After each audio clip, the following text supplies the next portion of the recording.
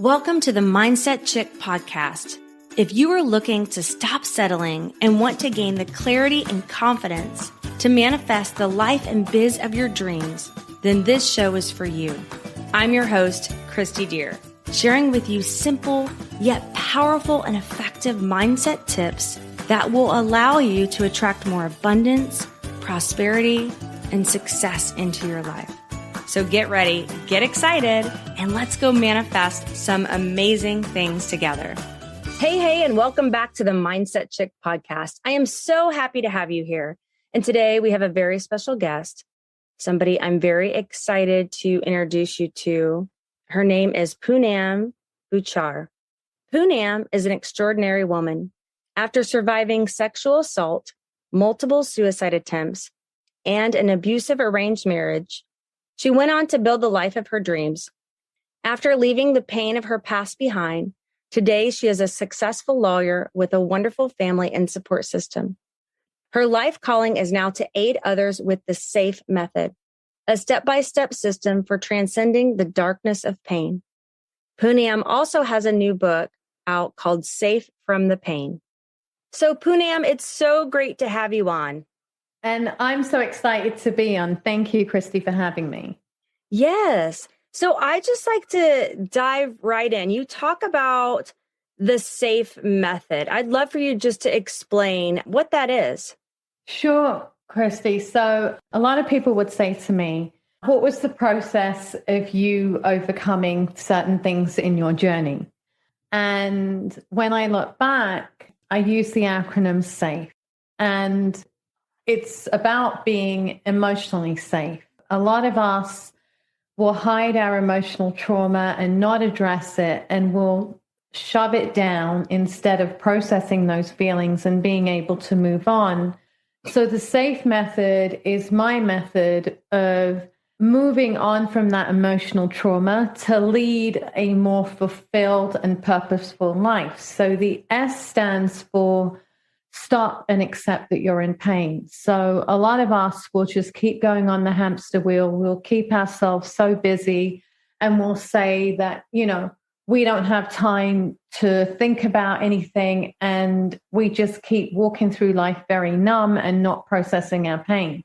The first step is to stop and actually acknowledge that you're in pain.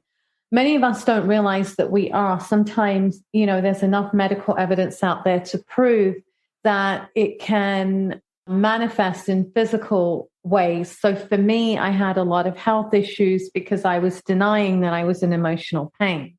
So the first step for SAFE is stop and accept that you're in pain, which is one of the most difficult things to do.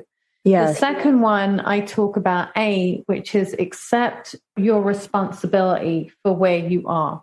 So sometimes in life, there are things that happen to us that we have no control over. And the minute that you start to say, I accept where I am, can be very empowering. And sometimes we've made incorrect decisions in our lives or decisions that weren't the best for us. And it's just accepting some responsibility for that and empowering yourselves to move forward. A lot of us play what I call the self-righteous victim. So I was, a grade A self-righteous victim. I was pissed at the world. I blamed everybody for everything, and I blamed everyone for where I was. And what happens in that is you keep repeating the story, you keep acting like the self-righteous victim, and you don't empower yourself to do anything. The minute that you accept where you are today, and the minute that you accept, I have some responsibility for whatever it may have been that has happened to me, you empower yourself to actually move forward, and you have to do something about it because you've accepted accountability for it in whatever shape or form it may be. The F I talk about is 3 types of forgiveness. So forgiveness of the person that you perceive has hurt you. And you can continue to play the movie back in your head and say, so-and-so did this and so-and-so did that. And you stay stuck. And what has happened, but you are ruining the remaining years of your life by constantly playing that same movie reel instead of working through forgiveness and letting go of it. Because at the end of the day, we only burn ourselves. Whoever we perceive as hurt us has moved on with their life. But we're still holding ourselves captive to that particular situation because we're not moving through the pain and we're not forgiving. The second type of forgiveness I talk about is forgiveness of the universe, because we all are great at saying, why me? Why was I dealt a shitty set of cards? The truth is, why would we wish anything bad that happens to us to happen to our fellow human beings? It's extremely selfish. So the question that I phrase is, why not me? What is it that I need to learn from this? And thank you, universe, for teaching me the lessons that I needed to learn. The third type of forgiveness, which is one of the hardest things, is the forgiveness of oneself. Forgiveness of oneself for the decisions that we've made that have affected other people, or the decisions that we've made that perhaps were not the best for us. And not to be so hard on ourselves and understand that life is a journey and we are going to make mistakes and we need to learn from those mistakes, because without the mistakes, we don't grow. The E is embracing your journey and embracing fully who you are. So we're all great at accepting how great we are and how fantastic we are. But what about our flaws? Why don't we embrace those? Why don't we embrace the flaws that we have and be confident in our own skin and embrace our journey to be able to manifest the things that we want? And I know in your podcast, you talk a lot about manifestation, and I don't believe you can manifest a purposeful, fulfilled life until you work through your emotional pain. Well, that was all so good. I loved it. I love the acronyms, and that's all so true. And, it really got me with the first one, S, where you said stop and accept that you're in pain. And I feel like that's where so many people get tripped up, because that's not easy to do. And it's not easy to, try to say, okay, I'm in pain and I've got to work through this, right? Oh, it took me decades to even acknowledge it, because it's funny, right? We're taught, or the perception is, that self-care is selfish, when in fact, it's probably one of the first things we should be doing, and looking at ourselves and figuring out why we feel a certain way. So we'll go to the gym, we'll work out, but we forget that our emotional well-being is the pivot to everything else in our life, how we perceive things, our relationships, our work, everything. Yeah. And, it's so interesting. Most of my life, I taught myself not to cry and not to feel pain because I felt weak. And, looking into it more and exploring it more, I guess as a young child, I didn't want to seem vulnerable and I didn't want to get hurt again. So I would just teach myself, I'm not hurting, I'm not crying, I'm not feeling it, I'm tough, I'm strong. And I would just push it down and push it down. And yeah, for so many years, I don't even know, maybe 15 years of my life, I didn't cry at all. Yeah, no, I agree, because we're taught to pull up our socks and get on with it, but that's not the right thing to do. There's actually a lot of power in being vulnerable and accepting that you are in pain, because otherwise it does choke you. It does ultimately choke you, your health, your well-being. And it's not something that by shoving down that we can just pretend it doesn't exist. You can do that for decades, but after a while it will catch up. Yes, absolutely. And I felt that with myself. And then, going on this journey and starting to explore things, I realized that, yeah, I really had to work through a lot of things and the pain, and I had to become aware of it. Like you said, that's such a great first step. And, when you say accepting your responsibility, I see so many people being in that victim mentality where they're pushing blame on everybody else. And then they maybe end those relationships, those friendships, and then they move to a new relationship, friendship. And then the same thing is happening. And it's like Groundhog's Day. It's like the same thing is happening, maybe new faces, but the same situation. So, what would be the first step for somebody to just start going, okay, I need to I need to take a look inside me and see what I'm creating. So, Christy, I think for me, it was, we all have certain triggers. Some of us may get angry at something. We may cry. We may get upset. We may have this feeling of uncertainty inside us. If it happens too frequently, that's when I personally will sit down with myself and be like, okay, why am I feeling this way? And even if the worst thought in my head is there, I will vocalize it to myself, because then I will automatically start seeing a pattern of what is triggering me and then what I need to work on. Why am I so perhaps insecure about something? Or why am I fearful of something? What is it that is triggering inside of me? And just accept that part of the responsibility and just accept that this is how I'm feeling today. Yeah. And it's okay.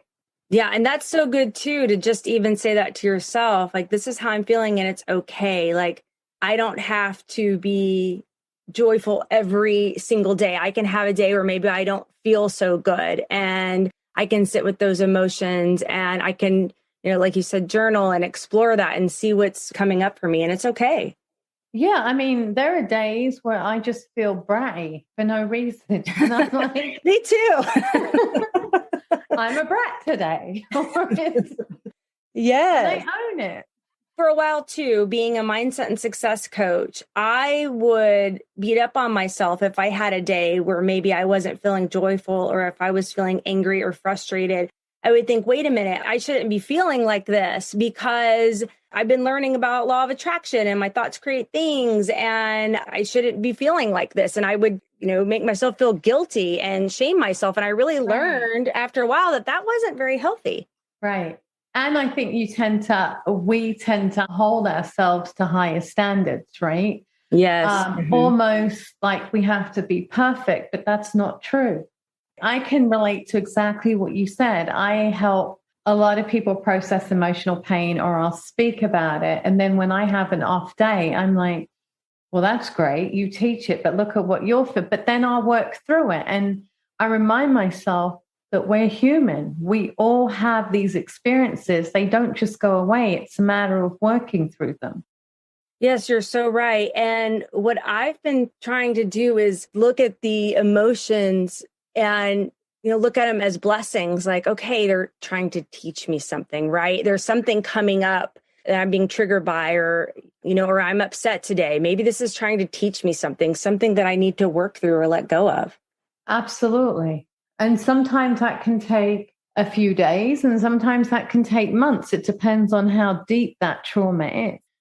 Unless we start processing it, I don't think we really can find out who we are until we start emptying out our insights. Yeah, that's really good. And on the F, you talked about forgiveness and 3 stages. Why do you feel like forgiving yourself is so much more difficult? I think particularly as women, I think we tend to be extremely hard on ourselves. A lot of us come from a generation or a culture of where you're supposed to please everybody and serve people. I don't mean physically serve, but, please and cater to everybody's needs. So it's very hard to accept when we make mistakes and to process that we've made a mistake, and to be able to forgive yourself for those mistakes, especially if they've impacted other people. I think we tend to just be much harder on ourselves and find it hard to forgive ourselves if we're really truthful and honest with ourselves about what we've done. Yes. Because it's a lot, like we just discussed, it's a lot harder to look within than it is to, look on the outside. It's harder to go within and really, really talk to yourself and communicate with yourself and, say, I love you, I forgive you, and work through those emotions, Well, it's funny. Before I used to do this, it's funny you say I love you, because before I used to do this, and one of the things that I do is when someone comes to me, I'm like, are you able to list 10 things that you love about yourself? And I struggle. Like literally on my list, I was like, this. And then it went up to 20 things I love about myself. And I was getting really ridiculous. I was like, I love my pinky finger. I love my index finger. I couldn't come up with anything. It was so ridiculous.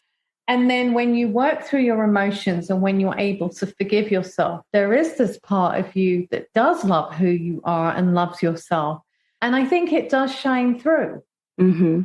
Yeah, Louise Hayes, I don't know if you're familiar with her, but yes, yeah, she talks about that. Like in one of her books, it's just going through like every part of your body and just expressing love to it. And that, I think that's so good, but something that we don't maybe become in the habit of. Like, I love my pinky finger, I love my toes, or even just saying, oh, I love you, feet, for, supporting me to get out of bed this morning and walk around. Like, we just miss that and don't even think about it.